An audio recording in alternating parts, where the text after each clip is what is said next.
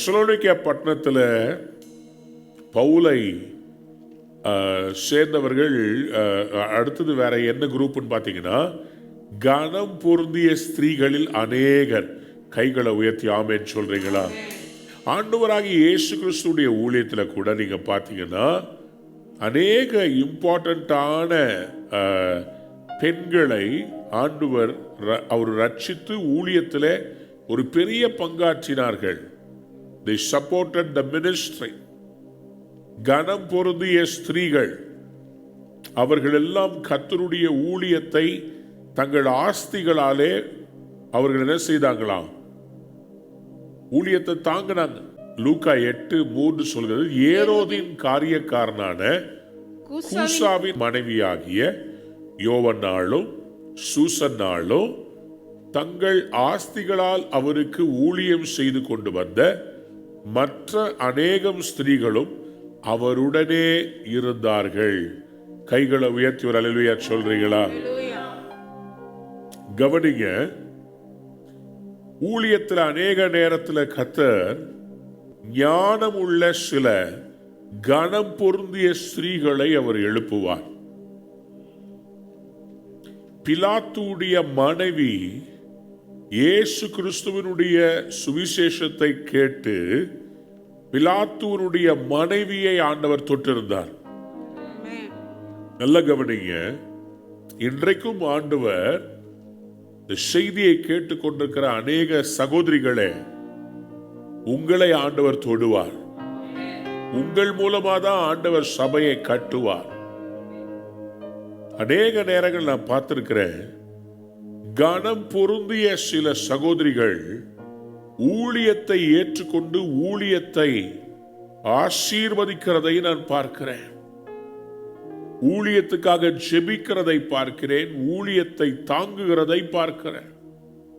கனம் பொருந்திய ஸ்திரீகள் தெசலோனிக்கே சபையிலே சபை வளர்ச்சிக்கு ஆதாரமாக இருந்தவர்கள் கனம் பொருந்திய ஸ்திரீகளில் அநேகர். கைகளை உயர்த்தி அல்லேலூயா சொல்லாமா? நான் விசுவாசிக்கிறேன், நம்முடைய தமிழ்நாட்டிலும் இந்தியாவிலும் பிற தேசங்களிலும் தமிழ் பேசுகிற கனம் பொருந்திய ஸ்திரீகளை கர்த்தர் எடுத்து பயன்படுத்த போகிறார். குணசாலியான ஸ்திரீயா பார்க்கிறார். ஆண்டவராகிய இயேசு கிறிஸ்துடைய ஊழியத்தை தங்கள் ஆஸ்திகளால் சப்போர்ட் பண்ணவங்க இருந்தாங்க. தெசலோனிக்கே சபையில வார்த்தையை கேட்டு ஃபியூச்சர்ல என்ன ஆகும், சபையில ஒருத்தவங்க மரித்தாங்கன்னா அவங்க எப்படி எழும்புவாங்க, இதெல்லாம் இவர்கள் கேள்விப்பட்டு தன்னுடைய வாழ்க்கையிலே எது முக்கியம் என்பதை அறிந்து கர்த்தருடைய ஊழியத்தை தாங்கி ஆண்டவருடைய ஊழியர்களை ஆதரித்து சபையை கட்டுகிறவர்களாக இருந்தாங்க. அல்லேலூயா. அப்படிப்பட்ட ஸ்திரீகள் அநேகம் பேர் விசுவாசித்தார்களாம். அவர்கள்தான் பவுலையும் சீலாவையும் சேர்த்து கொண்டார்கள். அவங்க தான் அவங்களுக்கு சேர்த்து கொண்டாங்கன்னா என்ன அர்த்தம்? அவங்களுக்கு வீடு கொடுத்தாங்க, உணவு கொடுத்தாங்க. பவுலும் சீலாவும் தெசலோனிக்கே பட்டணத்திலே ஊழியம் செய்ய அவர்கள் உதவி செய்தார்கள். எனக்கு அன்பான தேவனுடைய பிள்ளையே, கர்த்தர் உங்களுக்கு மேன்மையை கொடுத்து, என் அன்பு சகோதரியே, கர்த்தர் உங்களுக்கு மேன்மையை கொடுத்து உங்களை வைத்ததுக்கு காரணமே நீங்கள் தேவர் ராஜ்யத்தை கட்டுவதற்காக தான். நீங்க ஒரு போலீஸ் ஆபீசருடைய மனைவியாக இருக்கிறீங்க. ஆண்டவர் எதற்காக அந்த ஸ்தானத்தை உங்களுக்கு கொடுத்திருக்கிறார்? அவருடைய சபையை பலப்படுத்த. நீங்க ஒரு IAS ஆபீசருடைய மனைவியா இருக்கிறீங்க. ஏன் ஆண்டவர் ஜெப ஆவிய உங்க மேல ஊத்தி இருக்கிறார்? ஏனென்றால் நீங்கள் ஜெபிக்கும் போது உங்க கணவரை கர்த்தர் வல்லமையாய் பயன்படுத்துவது மட்டுமல்ல, நீங்கள் சபைக்கு ஒரு பெரிய அஸ்திபாரமாய் மாறுவீர்கள். ஒரு பெரிய பிசினஸ் எதுக்காக கர்த்தர் உங்களுடைய குடும்பத்துக்கு கொடுத்திருக்கிறார்? கனம் பொருந்திய ஸ்திரீயாக எப்படி பவுலையும் சீலாவையும் ஆதரித்து தெசலோனிக்கேயாவில் இருக்கிற சபை உருவாவதற்கு காரணமாய் இருந்தார்களோ, இயேசு கிறிஸ்துவுக்கு தங்கள் ஆஸ்திகளால் ஊழியம் செய்து 3.5 வருடம் செய்த அந்த ஊழியம் உலகம் முழுவதையும் இம்பாக்ட் பண்ணத்தக்கதாக கர்த்தர் எழுப்பினாரோ அதே போல சரித்திரம் படைக்கிறவர்களாக கர்த்தர் உங்களை எழுப்புவார்.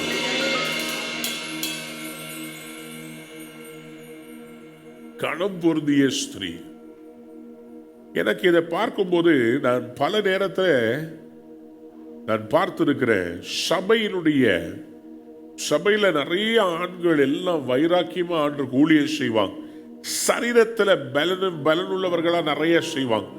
ஆனா ஜெபத்துல கர்த்தருக்குன்னு சொல்லி கொடுக்கறதுல யாருன்னு பாத்தீங்கன்னா அநேக நேரங்களில் தேவனுடைய பிள்ளைகளா இருக்கிற கனம் பொருந்திய ஸ்திரீகள்.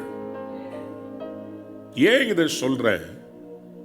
ஆசரிப்பு கூடாரத்துக்கு காணிக்கையை மோசே சேகரித்த போது மோசேயுடைய இந்த விஷன், அது கர்த்தரால் கொடுக்கப்பட்ட விஷன். அந்த விஷனை சப்போர்ட் பண்றதுக்கு வைராக்கியமா யார் நின்னதுன்னு சொன்னீங்கன்னா பாத்தீங்கன்னா ஆவியிலே ஏவப்பட்ட ஸ்திரீகள் என்று சொல்லப்பட்டிருக்கு. வாசிக்கிறீங்களா? யாத்திராகமும் 35:25 வாசிக்க பார்ப்போம். ஞான இருதயம் உள்ள ஸ்திரீகள் எல்லாரும். யாருங்க? ஞான இருதயம். ஞானம் அப்படின்றது எப்படி வந்துச்சு? உங்களை பத்தி நல்ல எண்ணம் உங்களுக்கு வேணும்னா டக்குன்னு சொல்லணும். நீதிமொழிகள் 31. குணசாலியான ஸ்திரீ அவள் எப்படி இருக்கிறாள் என்று சொல்லி வேதம் வர்ணிக்கிறது. ஆனா இங்க யாத்ரா 35:25 பாருங்க, ஞான இருதயம் உள்ள ஸ்திரீகள் எல்லாரும் தங்கள் கைகளினால் நூற்று தாங்கள் நூற்ற இளநீல நூலையும் இரத்தாம்பர நூலையும் சிவப்பு நூலையும் மெல்லிய பஞ்சு நூலையும் கொண்டு வந்தார்கள். எந்த ஸ்திரீகளுடைய இருதயம், இது ரொம்ப இம்பார்ட்டன்டான ஒரு காரியம். எந்த ஸ்திரீகளுடைய இருதயம் ஞான எழுப்புதல் அடைந்ததோ, பைபிள்ல எழுப்புதல் என்கிற வார்த்தை டைரக்டா போட்டிருக்கிற ஒரு இடம்னு சொல்லி பார்த்தா எழுப்புதல்னா ரிவைவல். அப்போ ஆண்டவருடைய ஆசரிப்பு கூடாரத்தை ஸ்தாபிப்பதற்கு எழுப்புதல் எங்கே ஆரம்பித்தது என்று சொன்னால் ஞான இருதயமுள்ள ஸ்திரீகளுடைய இதயத்தில் எழுப்புதல் ஆரம்பித்தது. கைகளை உயர்த்தி அல்லேலூயா சொல்றீங்களா? அவர்கள் எல்லாரும் என்ன பண்ணாங்களா? வெள்ளாட்டு மயிரை திரித்தார்கள். இன்னும் நீங்க கீழே இருக்கிற வசனங்களை எல்லாம் வாசித்து பார்த்தீங்கன்னா இந்த ஞானம் இருதயம் உள்ள இந்த ஸ்திரீகள் என்ன பண்றாங்களா? மனப்பூர்வமாய் கர்த்தருக்கு காணிக்கை கொண்டு வந்தார்கள் என்று நீங்க வாசிக்க முடியும்.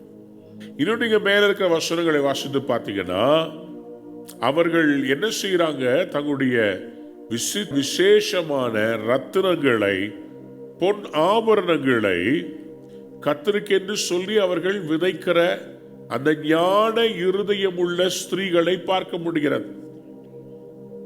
நான் இப்போ ஒரு ரகசியம் சொல்றேன். நான் விசுவாசிக்கிறேன், தங்களுடைய பொன் ஆபரணங்களினாலும் விலையேற பெற்றவைகளாலும் கர்த்தருக்கு ஆவியிலே ஞான இருதயம், ஆவியிலே ஏவப்பட்டவர்களாக மனப்பூர்வமாய் கொடுத்த இவர்களுக்கு கர்த்தர் நிச்சயம் மறுபடி 100 மடங்கு ஆசீர்வாதத்தை திரும்பி கொடுத்திருப்பார். அல்லேலூயா. சத்தமா அல்லேலூயா சொல்லுங்க. யாத்ராகமம் 35:22 வாசித்து பாருங்க.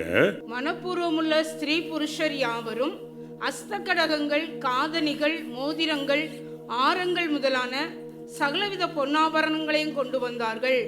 கர்த்தருக்கு காணிக்கை செலுத்தின ஒவ்வொருவனும் பொன்னை காணிக்கையாக செலுத்தினான். இதெல்லாம் ஞான இருதயம், மனப்பூர்வமுள்ள எல்லாமே பாருங்களேன். மனம், இருதயம், இதுல ஒரு மாற்றம் வரும்போது அவர்கள் ஆண்டவர்கிட்ட கணக்கு பார்க்க மாட்டாங்க. கர்த்தருக்கு கொடுக்கிறதை எழுப்புதலாக இருதயத்தில் பார்ப்பாங்க. நான் சேலஞ்ச் பண்ணி சொல்றேன், நீங்க ஆண்டவருக்காக எழுப்புதல் சொல்லும் போது ஜெபிக்கிறவங்க மட்டும் இல்ல, கர்த்தருக்கு கொடுக்கிறவங்களா இருக்கும். அப்படி கொடுக்கும் போது ஆண்டவர் உங்களுக்கு கடன் வைப்பார் நினைக்கிறீங்களா?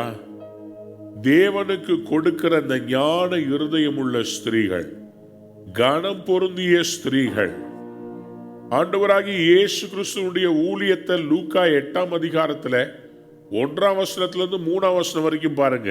யூத கலாச்சாரத்திலே பொதுவா பெண்கள் ஊழியத்திலே அல்லது தலைமை பொறுப்புல இருந்தா அவங்கள பத்தி அதிகமா மென்ஷன் பண்ண மாட்டாங்க. ஆண்டவர் 12 சீஷர்களை தெரிந்தெடுத்தாலும் ஆண்டவருடைய ஊழியத்தை தாங்கி அஸ்திபாரமாய் இருந்த ஸ்திரீகளை குறித்து இங்கே எழுதப்பட்டிருக்கிறது. அதுல 2ஆம் வசனம் சொல்கிறது, பொல்லாத ஆவிகளையும் வியாதிகளையும் நீக்கி குணமாக்கின சில ஸ்திரீகள், 7 பிசாசிகள் நீங்கின மகதலேனால் எனப்பட்ட மரியாள். இவங்கெல்லாம் விடுதலை வாங்கின பிறகு கர்த்தருக்கு ஊழியம் செய்கிற ஊழியக்காரியாய் இருந்தார்கள். சத்தம் அவர் அல்லேலூயா சொல்றீங்களா? ஆண்டவருடைய பாதத்துல ஞாயிற்றுக்கிழமை பார்த்தோம், அந்த வெள்ளைக்கல் பரணிய உடைச்சது யாரு? மரியா. பெத்தானியாவில் லாசருடைய சகோதரியா இருக்கிற அந்த மரியா கர்த்தருடைய பாதத்துல நல்ல பங்கை தெரிந்து கொண்ட அந்த மரியாள், அவள் விலையேற பெற்றதை கர்த்தருடைய பாதத்துல அவள் ஊற்றினாள் என்று பார்க்கிறோம். யூதாஸ்க்கு கோபம் வருது, ஏன் இவ்வளோ காஸ்ட்லியானதை வேஸ்ட் பண்ற? மத்தேயு சுவிசேஷம் 26ஆம் அதிகாரம் 7ஆம் வசனத்திலே நீங்கள் அதை பார்க்க முடியும். அவள் விலையேற பெற்றதை கர்த்தருக்கு என்று சொல்லி அவள் கொடுத்தாள். யூத கலாச்சாரத்தில் அது ரொம்ப பிரஷியஸ். அவ்வளோ காஸ்ட்லிய ஸ்ட்ரேஞ்சர்ஸ்க்கு யூஸ் பண்ண மாட்டாங்க. தங்கள் வீட்டில் இருக்கிற ரொம்ப கனம் பொருந்திய ஒரு ஆணுடைய சிரசுல தான் அதை ஊத்துவாங்க. சோ அவ்வளோ விலையேற பெற்றத அவள் இயேசு கிறிஸ்துடைய பாதத்துல அவள் ஊற்றுகிறார். தன் சொந்த சகோதரன் லாசரு தலையில ஊத்துல, அதை கர்த்தருடைய பாதத்தில் அவருடைய சிரசில ஊற்றினார். கைகளை உயர்த்தி ஒரு அல்லேலூயா சொல்றீங்களா? ஆகவேதான் ஆண்டவர் சொல்றாரு, இவளுக்கு இவ்வளோ பெரிய ஞானம் இருக்கிறது, நான் எப்படிப்பட்ட மரணத்தை அடைய போகிறேன் என்பதை இவள் தீர்க்க தரிசனமாய் சொல்லுகிறாள். ஒரு யங் ஜீசஸ் கிரைஸ்ட், 33 வருடம் அவருக்கு வயது, 33.5 years old, towards the end of his ministry, அவருடைய ஊழியத்தினுடைய கடைசி பகுதியை நெருங்கி கொண்டிருக்கும் போது அவர் இந்த மாதிரி பாடு அடைய போகிறார். அவருடைய சரீரத்துக்கு இப்படியாக இந்த வெள்ளைக்கல் பரணியில் இருக்கிற இந்த நலத தைலம் ஊற்றப்படும் என்பதை அடையாளமாக தீர்க்க தரிசனமாக மரியாள் விலையேற பெற்றதை அவருடைய சிரசிலே ஊற்றுகிறார். ஆகவேதான் இயேசு கிறிஸ்து சொல்கிறார், இந்த சுவிசேஷம் உலகில் எங்கே எங்கே பிரசங்கிக்கப்படுமோ அங்கே அங்கே இவளை நினைப்பதற்காக இவள் செய்ததும் சொல்லப்படும். நான் உங்களுக்கு சொல்றேன், நான் தான் அது, நீங்க எழுதுங்க தயவு செய்து. சுவிசேஷத்தை தாங்குகிற, சுவிசேஷ ஊழியத்தை கனப்படுத்துகிற உங்களையும் எங்கெல்லாம் சுவிசேஷம் பிரசங்கிக்கப்படுமோ உங்க பேரையும் கர்த்தர் சரித்திரத்தில் எழுதி வைப்பா. ஞான இருதயம் உள்ள ஆவியிலே ஏவப்பட்ட சில சகோதரிகள் கர்த்தருடைய கிருபையினாலே அதை செய்து முடிப்பார்கள். நான் விசுவாசிக்கிறேன், ஆணித்தரம் அதை விசுவாசிக்கிறேன். ஆண்டவருடைய ஊழியத்தை, ஆண்டவராகிய இயேசு கிறிஸ்துவுடைய ஊழியத்துல எடுத்து வைக்க செய்ய எல்லாம் இருந்தாங்க. ஆனால் பின்னாடியில இருந்து அவருடைய ஊழியத்தை தாங்கின கனம் பொருந்திய ஸ்திரீகள் என்று வாசிக்கிறோம். அன்பார்ந்தவருடைய பிள்ளைகளே, அப்ப பவுல் அந்த தெசலோனிக்கே சபையில ஊழியம் செய்வதற்கு சீலாவோடு போன போது பவுலையும் சீலாவையும் ஏற்றுக்கொண்ட இந்த கனம் பொருந்திய ஸ்திரீகள் ஊழியத்தை தாங்கினார்கள். அநேகர் என்று எழுதியிருக்கிறது. யூதர்களில் சிலர், ஆனால் கனம் பொருந்திய ஸ்திரீகளில் அநேகர். நான் விசுவாசிக்கிறேன், இருக்கிற அன்பான என் அன்பு சகோதரிகளே, கர்த்தர் உங்கள் வேலையை ஆசீர்வதிப்பாராக, உங்க குடும்பத்தின் பிசினஸை ஆசீர்வதிப்பாராக. ஏனென்றால் உங்க மூலமா தான் உங்க குடும்பத்துக்கே ரட்சிப்பு வரப்போகிறது. உங்களுடைய கணவருடைய பாவங்களையும் அவர் செய்கிற சில தவறான காரியங்களுக்காக கண்ணீர் விட்டு ஜெபித்து, ஆண்டவர்ட்ட போராடி ஜெபித்து, உங்க காணிக்கைகளினாலும் உங்களுடைய உதாரத்துவமான உங்களுடைய ஈகையினாலும் கர்த்தர் உங்களுடைய குடும்பத்தின் மேல் இருக்கிற சாபங்களையும் பாவங்களையும் மன்னித்து உங்கள் நிமித்தமாய் உங்களுடைய வீட்டுக்கு ஒரு ரட்சிப்பை கொடுப்பா. நீங்கள் கண்ணீரோடு கர்த்தரை தேடுகிறது நிமித்தம் உங்களுடைய முழு குடும்பத்தை கர்த்தர் ஆசீர்வதிப்பா. அன்பான நேயர்களே, இந்நிகழ்ச்சியில் கொடுக்கப்பட்ட வாக்குத்தத்தங்களும் தீர்க்க தரிசன வார்த்தைகளும் உங்களுக்கு ஆசீர்வாதமாய் இருந்திருக்கும் என்று நாங்கள் நம்புகிறோம். நீங்கள் பெற்ற ஆசீர்வாதங்களையும் ஜெப விண்ணப்பங்களையும் மற்றும் உங்கள் காணிக்கைகளையும் அனுப்ப வேண்டிய எங்கள் முகவரி: ரூவா ஊழியங்கள், எண் 82, ஜவஹர்லால் நேரு சாலை, சிம்ஸ் மருத்துவமனை எதிரில், வடபழனி, சென்னை 26. உங்கள் காணிக்கைகளை ஆன்லைன் மூலமாக எளிதாக செலுத்தலாம்.